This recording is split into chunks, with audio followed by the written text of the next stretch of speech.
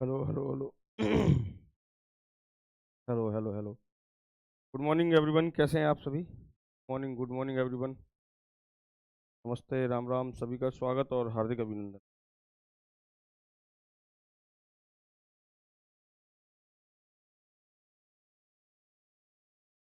चलिए, आ जाइए live.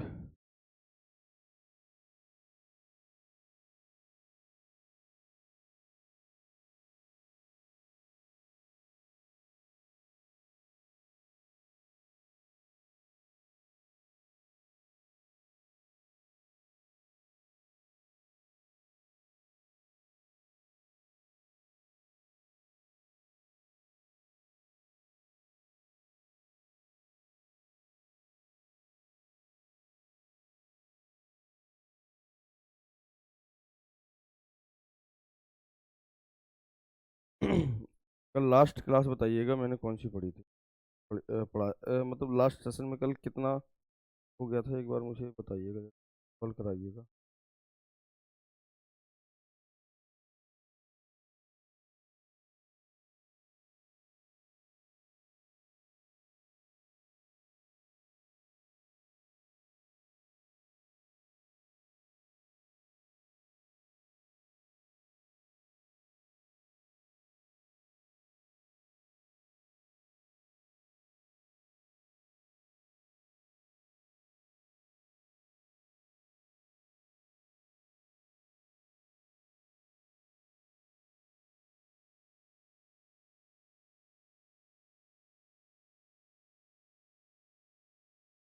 Sir permeability पढ़ा रहे थे।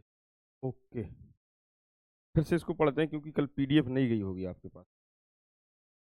स्टार्टिंग से इसको स्टार्ट करते हैं परमिएबिलिटी को ना।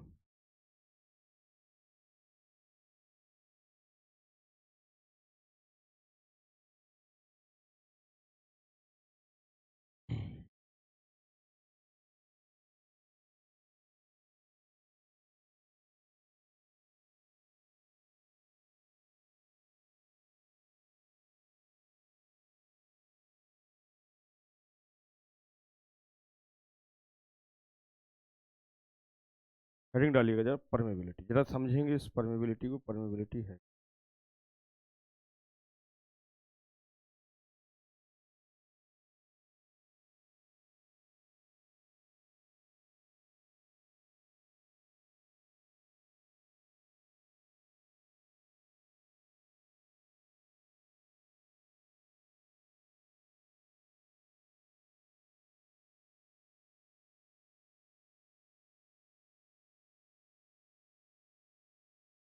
देखो, इसको हिंदी में बोलते हैं प्यारे बच्चे चुंबकशील।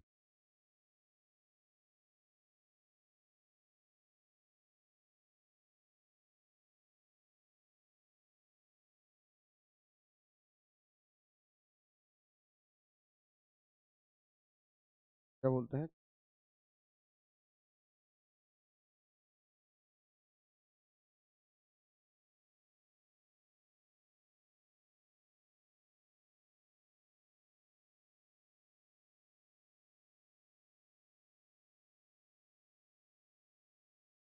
अगर हम चुंबकशीलता की बात करें, चुंबकशीलता क्या है जरा समझेंगे। चुंबकशीलता की अगर हम बात करते हैं, चुंबकशीलता क्या है जरा समझते हैं।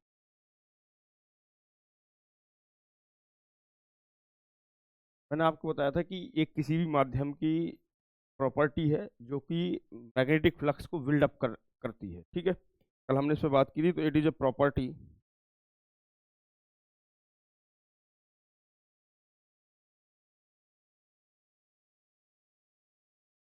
It is a property of, it is property, property of medium, medium और मीडियम और मैग्नेटिक मटेरियल, मैग्नेटिक मटेरियल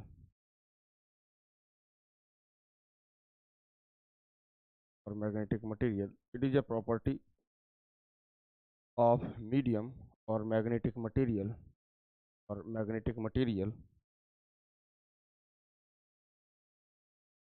और magnetic material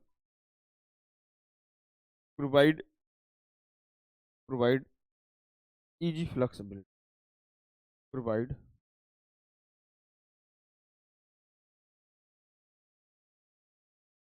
easy flux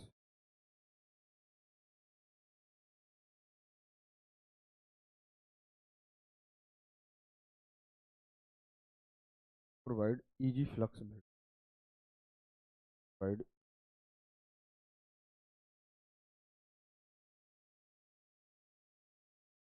flux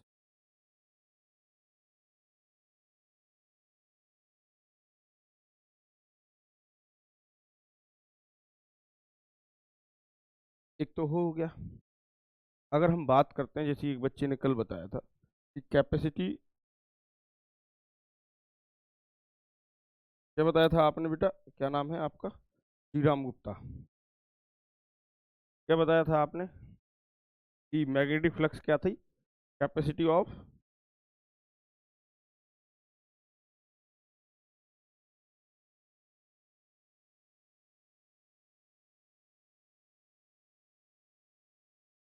लिखिएगा, यह किसी भी माध्यम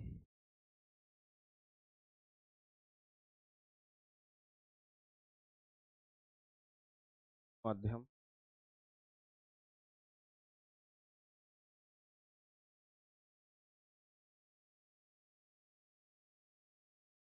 माध्यम और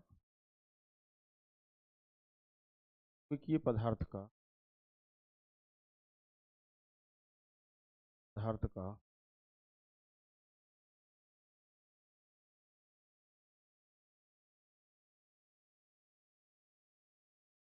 वह गुण है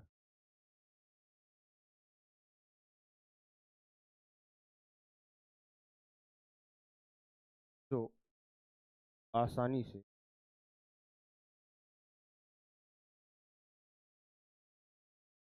आसानी से यह किसी भी माध्यम और चुंबकीय पदार्थ का वह गुण जो आसानी से फ्लक्स को फ्लक्स को फ्लक्स को आसानी से फ्लक्स को या ये रेखाओं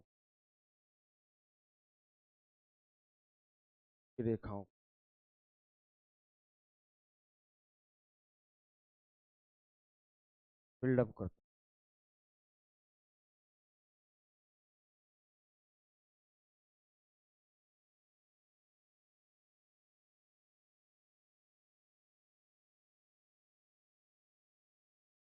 हाँ, जैसे श्री राम ने बताया था, मुझे बड़ा अच्छा शब्द लगा, ये बड़ी अच्छी परिभाषा लगी, बहुत इजी है और एक बार में समझने योग्य है। जैसे उसने बताया था फ्लक्स कैरिंग कैपेसिटी, है ना, चलिए क्या बताया था, flux carrying capacity, flux carrying capacity, flux carrying capacity of of any material.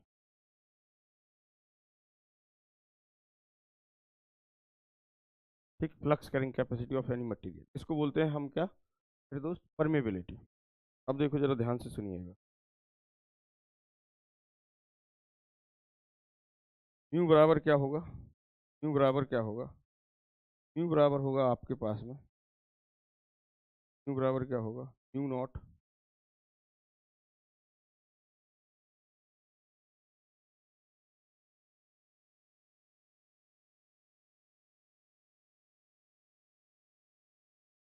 2 ठीक, ये होता है आपके पास में तो फॉर्मूला। तो हमारी बात कल यहीं तक हुई थी, अब यहीं से आगे हमको बढ़ना भी है ना।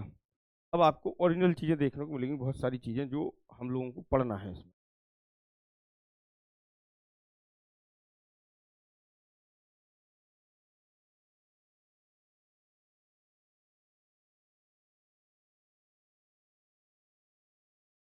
ठीक है मेरे भाई।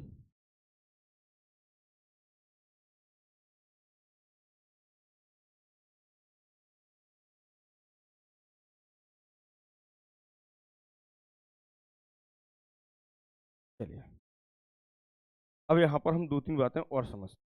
अगर मैं आपसे पूछूं, आपके पास है म्यू आर का मान किसी भी मटेरियल के लिए क्या होता है 1, ये एयर के लिए होता है, इसको बोलते हैं रिलेटिव परमेबिलिटी। इसको बोला जाता है आपके पास में रिलेटिव परमेबिलिटी। वायु के सापेक्ष चुंबकशीलता बोला जाता है, इसको बोला जाता है relative permeability. Relative permeability.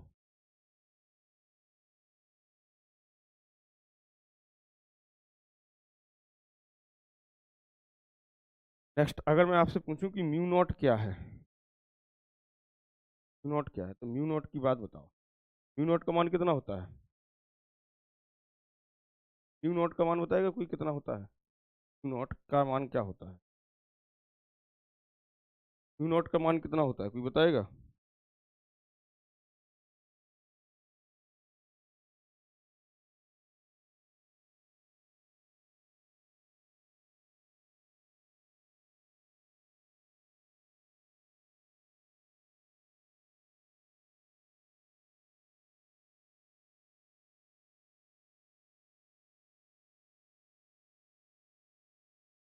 Mu naught का मान कितना होता है, बताइए जी। म्यू नॉट का मान देखो, म्यू नॉट का मान होता है 4 पाई × 10⁻⁷ 4 पाई × 10⁻⁷ हेनरी पर, ठीक है, ये होता है म्यू नॉट। चलो, ये तो होगी चुंबकशीलता। आगे आते हैं, एक संबंध आता है आपके पास में, इसी में परमेबिलिटी में एक संबंध और आता है। उस संबंध को और समझते हैं। जैसे अगर मैं आपसे कहूँ कि एक संबंध है, जैसे मैं आपसे कहूँ कि मेरे दोस्त आपके पास में P बराबर म्यू एच का संबंध, आपने, हालांकि मैं आगे इसको पढ़ाऊंगा, लेकिन इसके बारे में समझने के लिए मेरे पास में परमेबिलिटी का एक फॉर्मूला और होता है। P बराबर होता है म्यू, P बराबर होता है म्यू एच। जहां पर आप लिख सकते हैं म्यू बराबर क्या होगा V/H। ठीक, ये हमारे पास में क्या है, एक संबंध है। अब ये क्या है, हमारे पास में एक संबंध है। अब अगर हम बात करें कि ये हमारे पास में एक संबंध है, तो जरा समझते हैं P बराबर क्या होता है म्यू एच।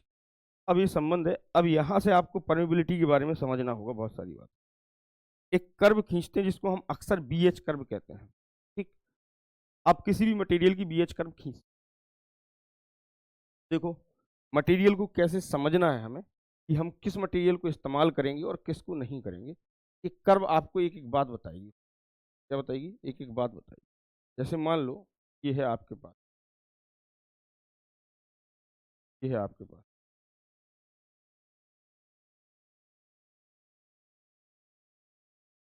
मैं B और H के बीच में एक कर्व खींच रहा हूँ। B जो होता है आपके पास में इस वाले एक्सिस पर रखते हैं और H इस पर। हमेशा याद रखेंगे, H जो होता है वो डायरेक्टली प्रोपोर्शनल होता है I के, P जो होता है वो डायरेक्टली प्रोपोर्शनल होता है फाई। ठीक, अब अगर मुझे क्या खींचना है, कर्व खींचना है, BH कर्व, किसी भी मटेरियल के लिए खींचते हैं, किसी भी मटेरियल की, तो देखो आपके पास में अगर हम बात करते हैं यहाँ पर, एक संबंध आपने अभी यहाँ पर देखा कि संबंध क्या क्या है, तो संबंध आपको देखने को मिला यहाँ पर। जो B है वो डायरेक्टली प्रोपोर्शनल, आप यहाँ से लिख सकते हैं, वो H के है। और I जो होता है, नहीं, H जो होता है वो डायरेक्टली प्रोपोर्शनल I के होता है। और I फाई जो होता है, P जो होता है वो डायरेक्टली प्रोपोर्शनल फाई के भी, या फिर I is directly proportional phi भी लिख सकते हैं। I is directly proportional phi, I is directly, ये संबंध सही। ठीक, इस तरीके के 3 संबंध आपको देखने को मिलेंगे कि जो B होता है, डेंसिटी जो होती है वो इंटेंसिटी, H जो है वो इंटेंसिटी है चुंबकीय क्षेत्र की, B जो है चुंबकीय क्षेत्र की डेंसिटी यानी कि घनत्व है। H जो होता है वो डायरेक्टली प्रोपोर्शनल I के होता है और I डायरेक्टली प्रोपोर्शनल फाई के होता है। या आपके पास में ऐसे भी लिख सकते हैं, B is directly proportional phi भी होता है, B इज डायरेक्टली।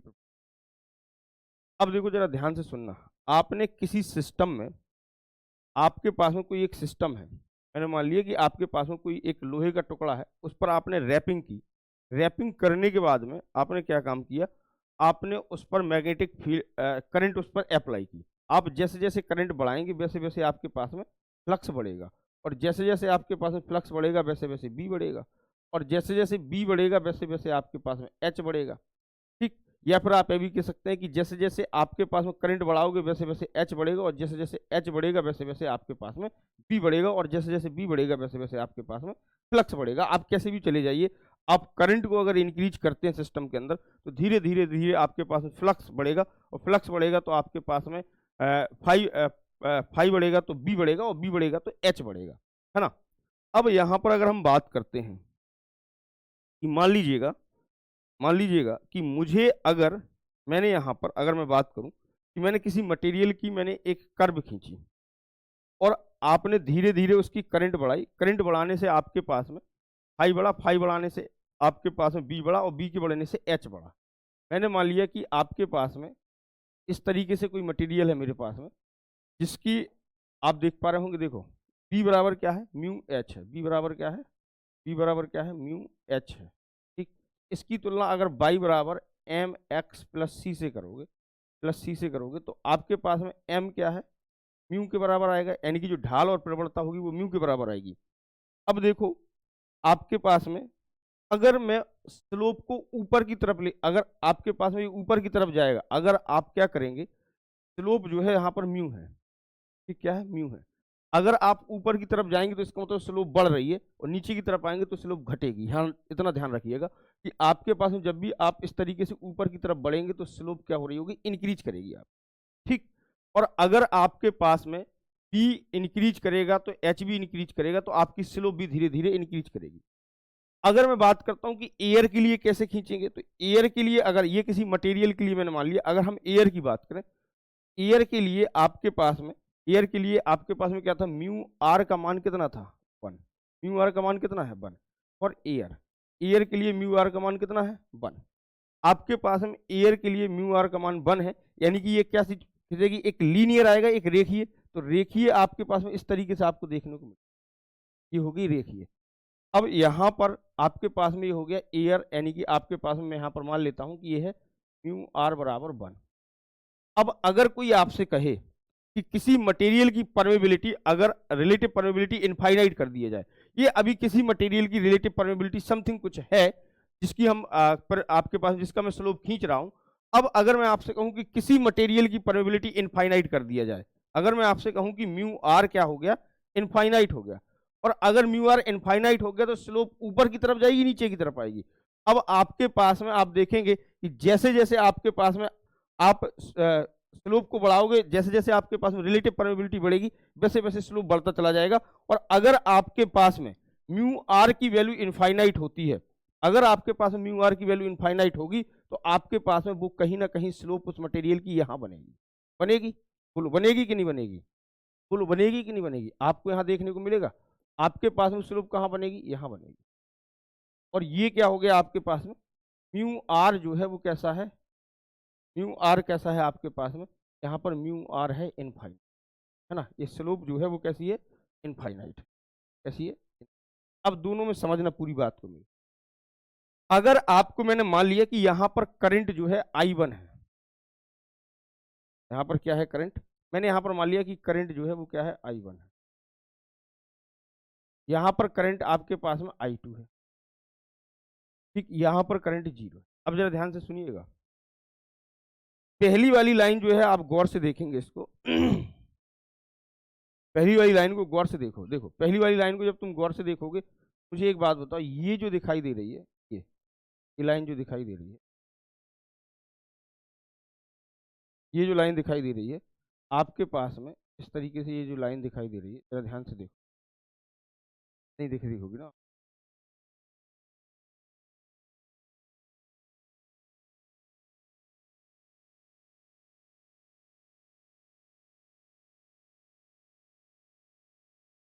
देखो ये वाली लाइन जहाँ I1 है, जहाँ देखो I1 अब दिखाई दे रही है क्या ये देखो,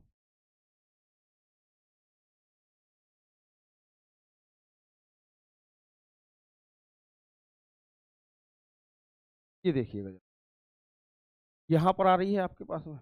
मैंने मान लिया कि आपके पास में यहाँ पर, मैंने यहाँ पर मान लिया कि आपके पास में 5 वेबर के, कितना, 5 वेबर का, मैंने मान लिया कि यहाँ पर ये 5 वेबर का फ्लक्स है, मैंने कुछ समथिंग ऐसा मान लिया।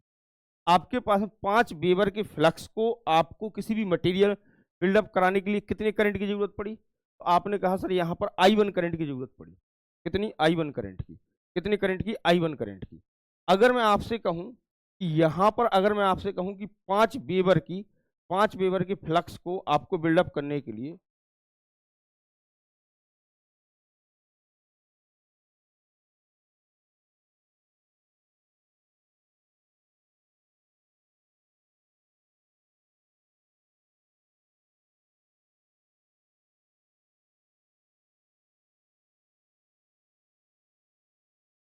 गलत बन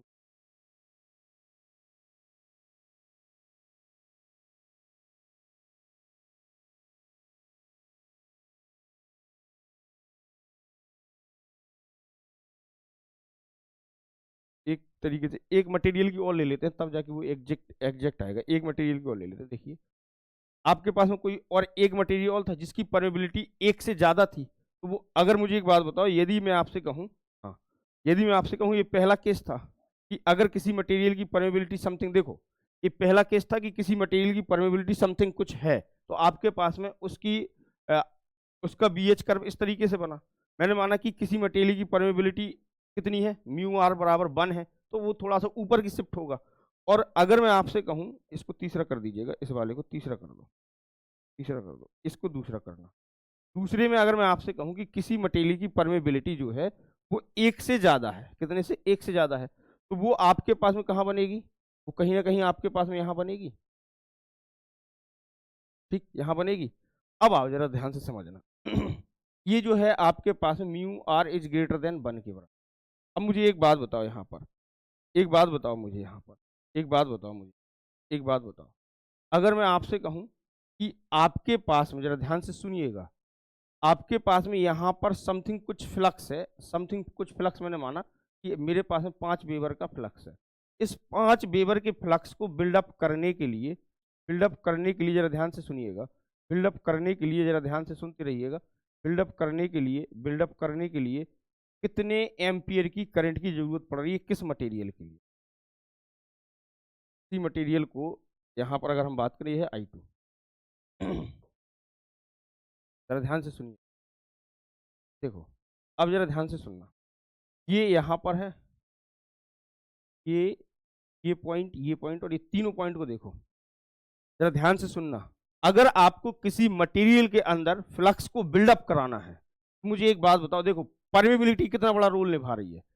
अगर किसी मटेरियल की परमेबिलिटी आपके पास में, मैंने मान लिया कि बहुत कम है, बहुत कम है, तो उसको देखो, 5 वेबर का फ्लक्स किसके लिए?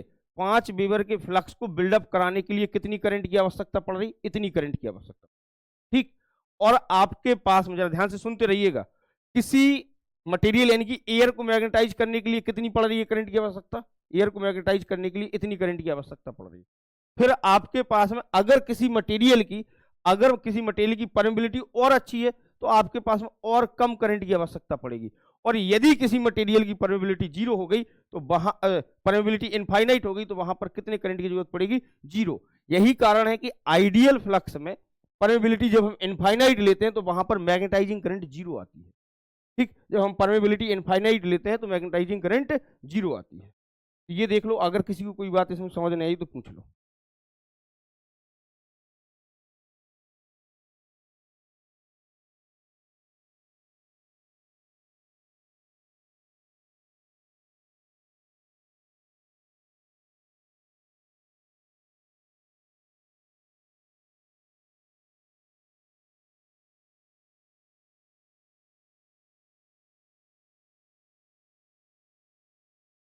बताइए, अगर नहीं समझ में आया तो फिर से पूछ लो, फिर मैं इसमें पूरा बीएच कर फिर से खींचता हूँ। एक और बनेगा अभी, फिर इसको ट्रांसफार्मर में भी पढ़ाऊंगा। यहाँ पर बताइए, अगर आपको यहाँ पर लगता है कि हाँ कोई बात हुई है किसी, बताओ जल्दी फटाफट, अगर कोई बात आपको समझ में नहीं आई तो पूछो, फटाफट पूछ लीजिएगा।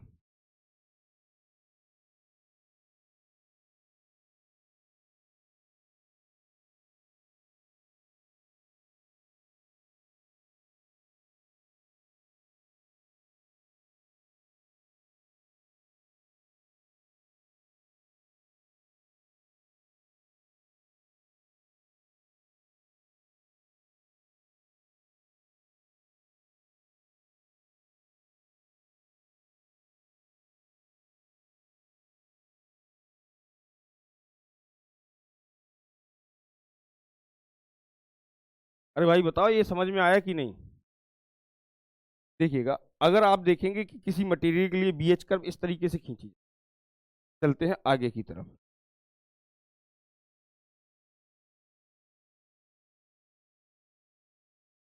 अरे बोलोगे? देखो आप करंट बढ़ाओगे तो आपके पास में कहीं ना कहीं फ्लक्स बढ़ेगा, और फ्लक्स बढ़ेगा तो आपके पास में क्या होगा, बी का मान बढ़ेगा, बी का मान बढ़ेगा तो एच का मान बढ़ेगा। ठीक, आप इस तरीके से बढ़ाते चले गए, बढ़ाते चले गए, बढ़ाते चले गए, इस तरीके से आपके पास में बढ़ाते चले गए, बढ़ाते चले गए। ये आप देख पा रहे होंगे, ये कहानी इस तरीके से चलती है बीएच कर्व की। ठीक, अगर आप देखेंगे कि आपके पास में जहां तक ये रेखीय होगी, देखो यहां पर आपके पास में आपको दो चीजें देखने को मिलेंगी। आपके पास में बीएच कर्व यहां तक तो लीनियर है, ये इस पॉइंट तक, इस पॉइंट तक ये कैसी है, लीनियर है। इस पॉइंट तक कैसी है, ये लीनियर है। इस पॉइंट तक कैसी है, ये लीनियर है। इस पॉइंट तक कैसी है, लीनियर है। इस पॉइंट तक कैसी है, ये लीनियर है। कैसी है, रेखीय है। इस पॉइंट तक कैसी है, लीनियर है, रेखीय है। ये क्या है, लीनियर है। यह रेखीय है। फिर अगर आप किसी भी मटेरियल को अगर तुम ले लोगे, तुम करंट बढ़ाते जाओगे, वो एक समय ऐसा आएगा कि आप कितनी भी करंट बढ़ाओ, वो आपके पास में फ्लक्स आपके पास में उतना ही रह जाएगा, सैचुरेट हो जाएगा। इसको बोलते हैं सैचुरेशन, यानी कि संतृप्त।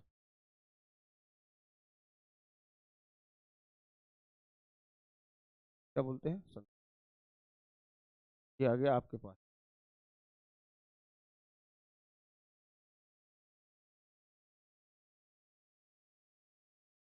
या फिर इसको नॉन लीनियर भी लिख सकते हैं, आरेखीय भी लिख सकते हैं, कोई दिक्कत नहीं है। आरेखीय लिख,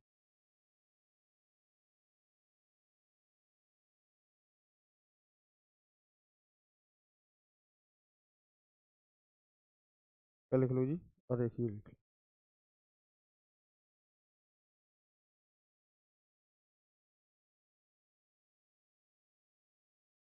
क्या लिख लो, आरेखीय लिख लो।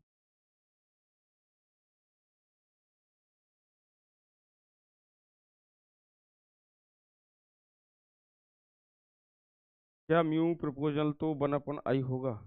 नहीं, वन अपॉन आई कैसे होगा मेरे भाई, वन अपॉन आई थोड़ी होता है। चलिए, यहाँ पर एक पॉइंट लिखिएगा, अगर किसी मटेरियल की परमिबिलिटी इनफाइनाइट है,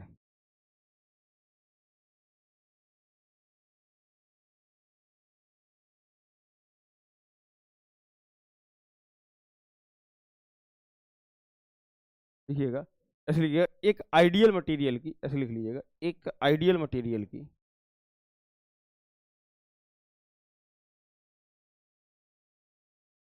आइडियल मटेरियल की, मटेरियल की, आइडियल मटेरियल की परमेबिलिटी,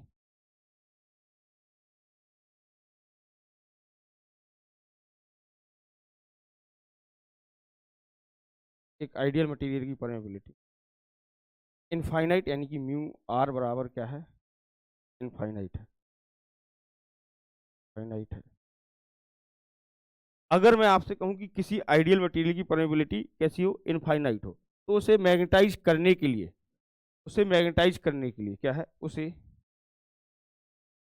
मैग्नेटाइज,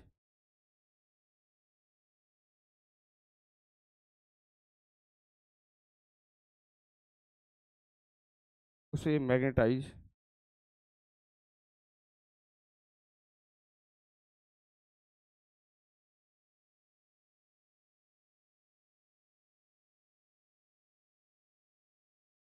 उसे मैग्नेटाइज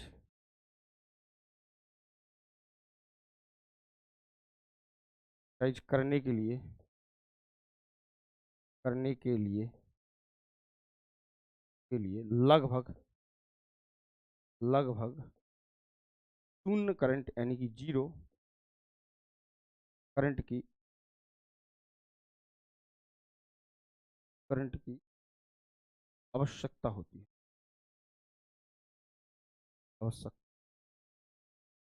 किसी भी मटेरियल की अगर परमेबिलिटी कैसी है, और आइडियल मटेरियल की परमेबिलिटी हम इनफाइनाइट मानते हैं, अगर किसी मटेरियल की परमेबिलिटी इनफाइनाइट है तो उसको मैग्नेटाइज करने के लिए लगभग शून्य करंट की आवश्यकता होगी। क्या, शून्य करंट की आवश्यकता होगी, क्या होगी, शून्य करंट की आवश्यकता होगी।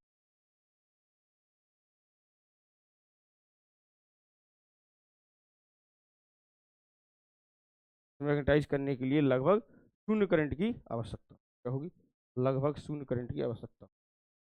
ठीक, ये बात समझ गया ना कि आपके पास में किसी भी मटेरियल की परमेबिलिटी जितनी ज्यादा होगी वहां पर आपके पास में मैग्नेटाइजिंग करंट उतनी ही कम होगी। ठीक है,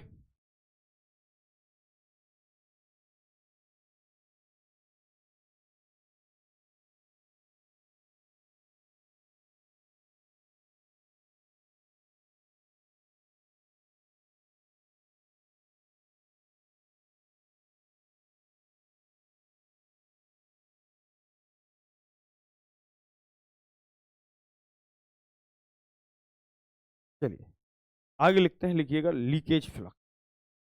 आगे अगला पॉइंट आएगा लीकेज फ्लक्स।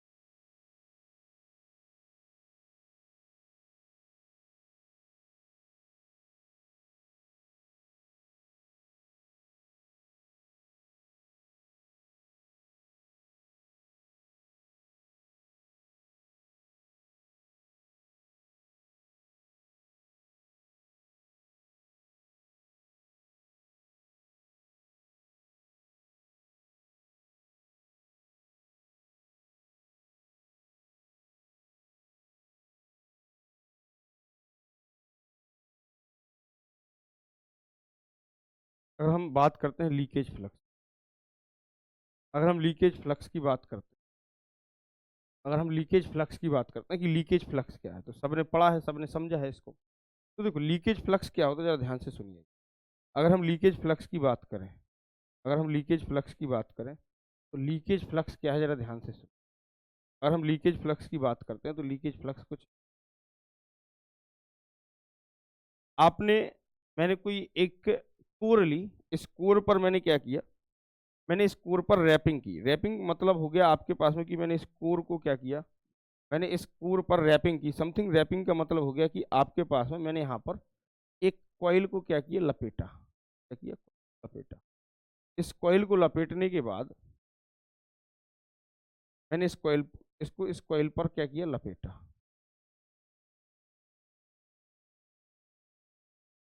ठीक, मैंने इसको लपेटा। आपके पास में यहां से मैंने समथिंग कुछ करंट भेजी आई। ठीक, यहाँ पर कोई वोल्टेज था भी, यहाँ पर थी कोई करंट आई। इसकी वजह से यहाँ पर एक फ्लक्स क्या हुआ, प्रोड्यूस हुआ। इसकी वजह से एक यहाँ पर क्या हुआ, एक फ्लक्स प्रोड्यूस हुआ। वो फ्लक्स कुछ इस तरीके से था, वो फ्लक्स कुछ इस तरीके से था, कुछ इस फ्लक्स की डायरेक्शन कुछ, फ्लक्स की डायरेक्शन कुछ, फ्लक्स की डायरेक्शन कुछ इस तरीके से, फ्लक्स की डायरेक्शन कुछ इस तरीके से।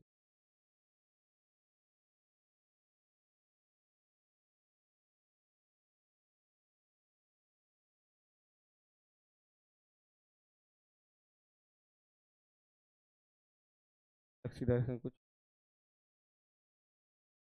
फ्लक्स की डायरेक्शन कुछ इस तरीके से चल रहा था। ये है आपके पास में अब ये देखो यहाँ पर भी एयर है और यहाँ पर भी एयर। ठीक, दोनों तरफ एयर है। कुछ फ्लक्स क्या होगा आपके पास में, लीक करेगा। ठीक, कुछ फ्लक्स यहाँ से आपके पास में लीक कर रहा है।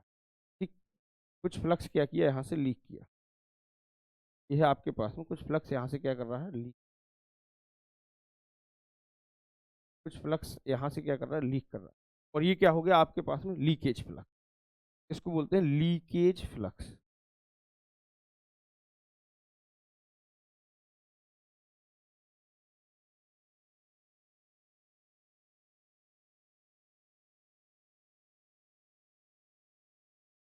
लीकेज फ्लक्स, और इसको बोला जाता है यूजफुल फ्लक्स।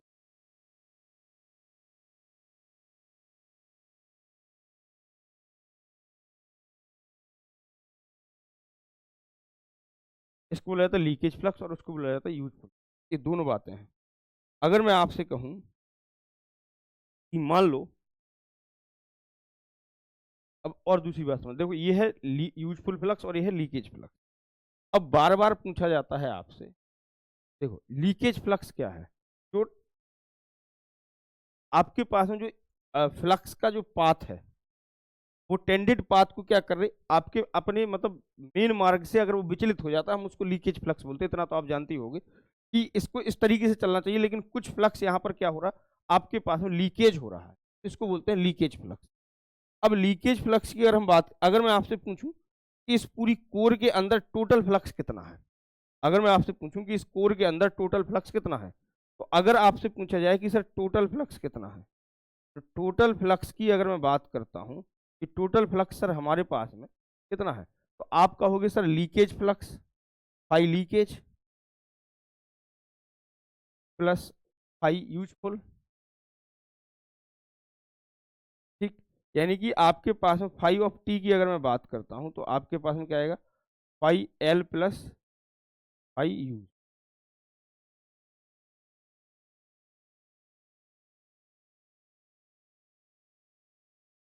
ठीक, फाई टी बराबर phi l plus phi u. अब अगर हम बात करते हैं, यहाँ से एक पूछा जाता है कि लीकेज कॉफिशिएंट और लीकेज फैक्टर क्या होता है। एक यहाँ से सवाल भी आता है, आपको मैग्नेट में सर ने पढ़ाया भी होगा, लीकेज कॉफिशिएंट, लीकेज कॉफिशिएंट, या फिर इसी को बोलते हैं आप लीकेज फैक्टर,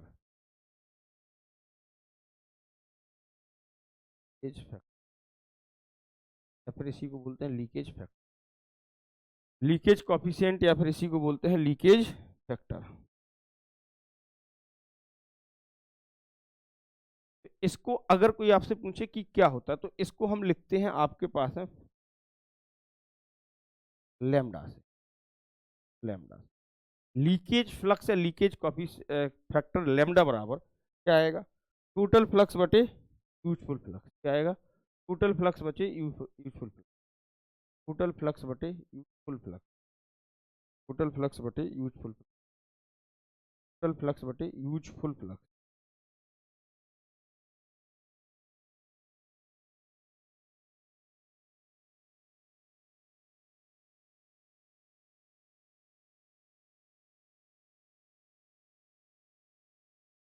टोटल फ्लक्स बटे यूज,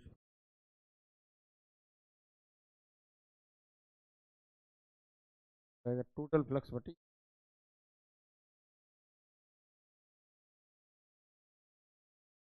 टोटल फ्लक्स बटे यूज। आपके पास में अगर हम बात करें कि अगर कोई आपसे पूछे कि आपके पास में लीकेज कॉफिशिएंट क्या है, तो लीकेज कॉफिशिएंट का फॉर्मूला होता है टोटल फ्लक्स बटे यूजफुल फ्लक्स। ये होता है लीकेज कॉफिशिएंट का, टोटल फ्लक्स बटे। अब आइए जरा असल अगर हम बात करें, अगर इस कोर के अंदर एयर गैप को बढ़ा दिया जाए, इस कोर के अंदर अगर मैं एयर गैप बढ़ा दूं तब क्या होगा, देखो जरा, इस कोर के अंदर अगर मैं एयर गैप बढ़ा दूं तब क्या होगा, जरा ध्यान से सुनिए। अगर इस कोर के अंदर एयर गैप को बढ़ा दिया जाए तब क्या होगा, तो देखो जरा ध्यान से सुनना। मैं इस कोर के अंदर जरा एयर गैप को बढ़ाता हूँ, मान लीजिएगा यहाँ से आपके पास में ये कोर का आपके पास में एयर गैप आपके पास में बढ़ गया।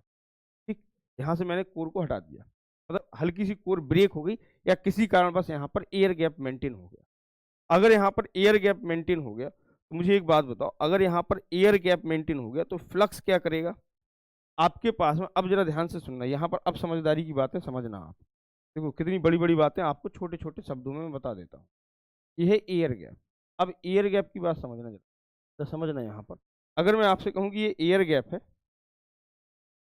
तो आपके पास में जो फ्लक्स है वो यहाँ से यहाँ ट्रेवल हो रहा है, जो फ्लक्स है वो आपके पास में यहाँ से यहाँ ट्रेवल,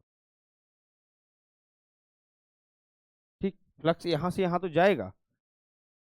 देखो इसमें यहाँ पर आपके पास में कुछ फ्लक्स यहाँ से आपके पास में जाएगा, तो लेकिन बहुत सारा फ्लक्स आपके पास में यहाँ से यहाँ, यहाँ से यहाँ, यहाँ से यहाँ, यहाँ से यहाँ और यहाँ से यहाँ क्या हो जाएगा,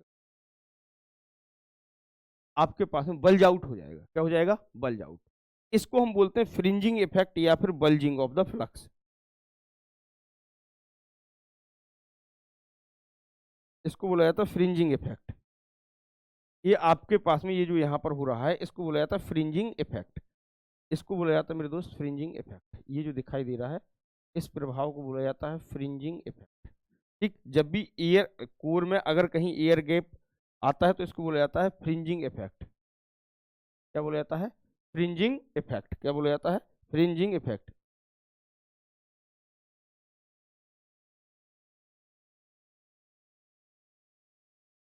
फ्रिंजिंग इफेक्ट।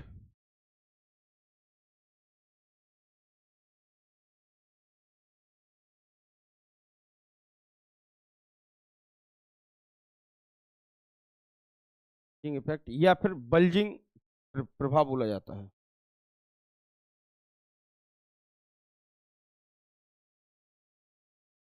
या फिर इसको बोला जाता है बल्जिंग इफेक्ट।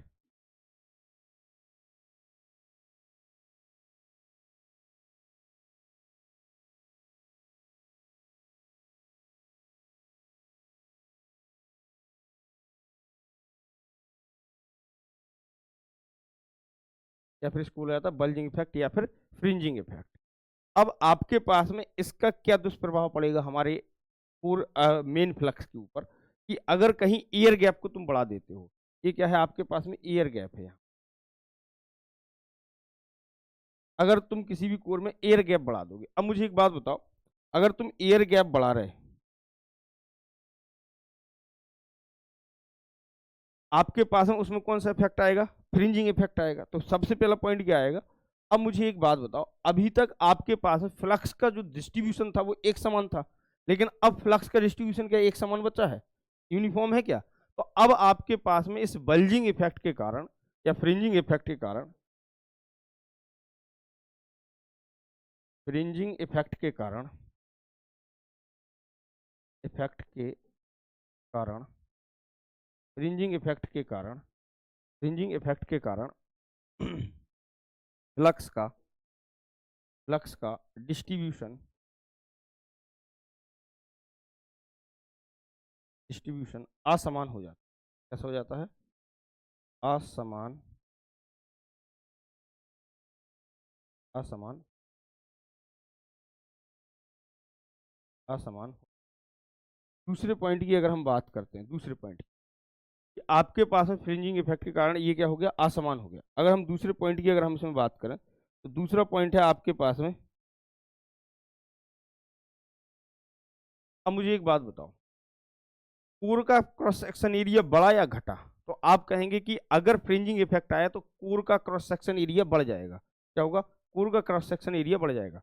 अगर कोर का क्रॉस सेक्शन एरिया बढ़ा, तो क्रॉस सेक्शन एरिया बढ़ने के कारण, मुझे एक बात बताओ, अगर कोर का क्रॉस सेक्शन एरिया बढ़ा तो क्रॉस सेक्शन एरिया बढ़ने के कारण क्या होगा? आपके पास में फ्लक्स डेंसिटी घट जाएगी। वो कैसे घटेगी वो भी दिखाता हूं। ठीक है, फ्रिंजिंग इफेक्ट के कारण,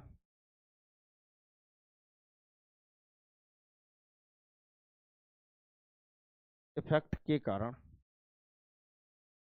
के कारण कोर का, कोर का एरिया,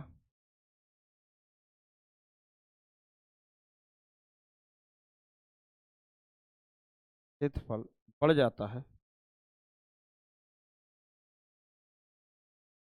बढ़ जाता है। अगर कोर का क्षेत्रफल बढ़ेगा तो फ्लक्स डेंसिटी क्या होगी? फ्लक्स डेंसिटी,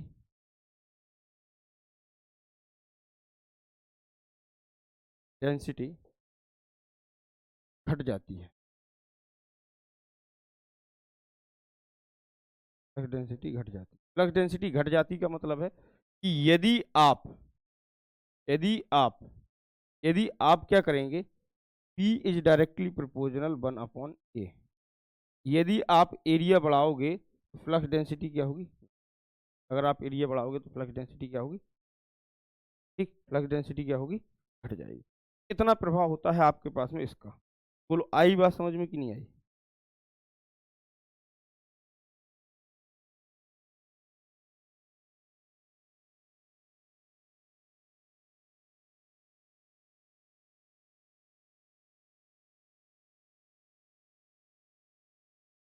बोलो, आई बात समझ में कि नहीं? किस किस को नहीं आई ये बात? जिसको नहीं आई वो पूछेगा कि सर ये बात समझ नहीं। जिसको नहीं आई वो पूछ लेगा कि सर ये बात समझ नहीं।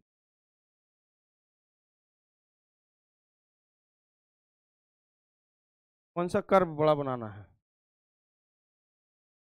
ये कर्व, इसकी करी हो ये, इसको बड़ा बनाना, हम देखा नहीं है आपका कमेंट। बताओ किसको ये बात समझ नहीं आई कि ये इस तरीके से हमारे उसमें देखने को मिलेंगी चीज।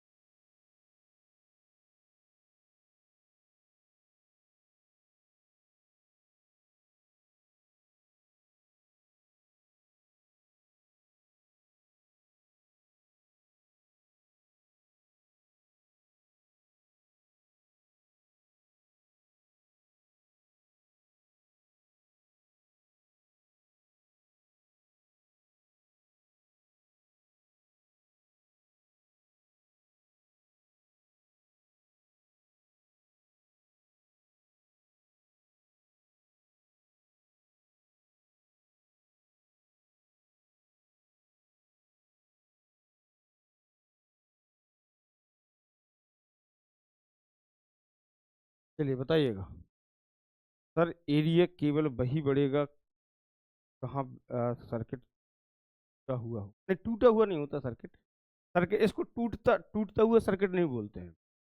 एक्चुअली में क्या है, मैं यहाँ पर एक एयर गैप मेंटेन करना चाह रहा हूँ। अगर बड़ा एयर गैप आपको देखने को मिलेगा, ये उस इसके लिए भी ये है कि यहाँ पर भी आपके पास में क्या होगा, एयर गैप की वजह से ये कहानी हो रही है।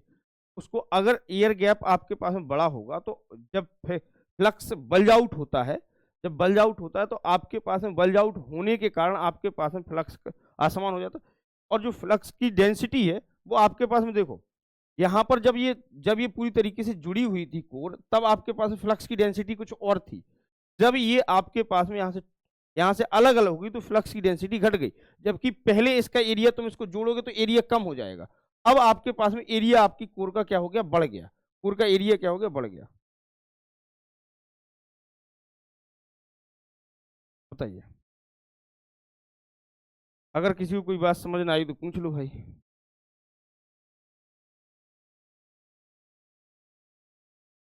ठीक है, तो मैं क्लास को अभी यहीं तक रखता हूँ क्योंकि मुझे दवा लेने जानी है, 9 बज गया है। फिर भीड़ हो जाती है वहाँ पर, फिर दवा मिलती नहीं है, वो 1 बजे बंद कर देते हैं क्लिनिक अपना। ठीक है, तो कल से आपकी क्लास 2 घंटे रहेगी, जैसी तबीयत सही हो जाएगी मेरी। वो 1.5 2 घंटे जो भी चलती थी हमारी क्लास वो चलेगी प्रॉपर। किसी को कोई दिक्कत हो तो बता दो मुझे, तो पढ़ा दें क्या? चलो पढ़ा देते हैं, देखेंगे।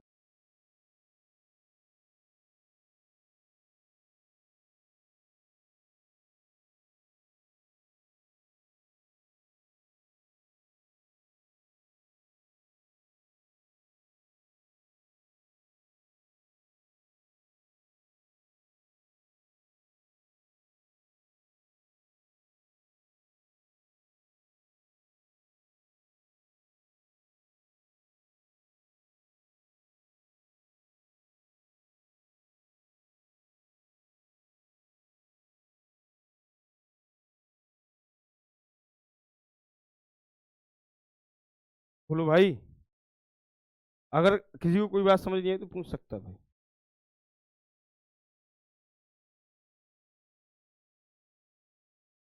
चलिए, तो सेशन को मैं यहीं तक रखता हूँ, फिर मिलते हैं कल। और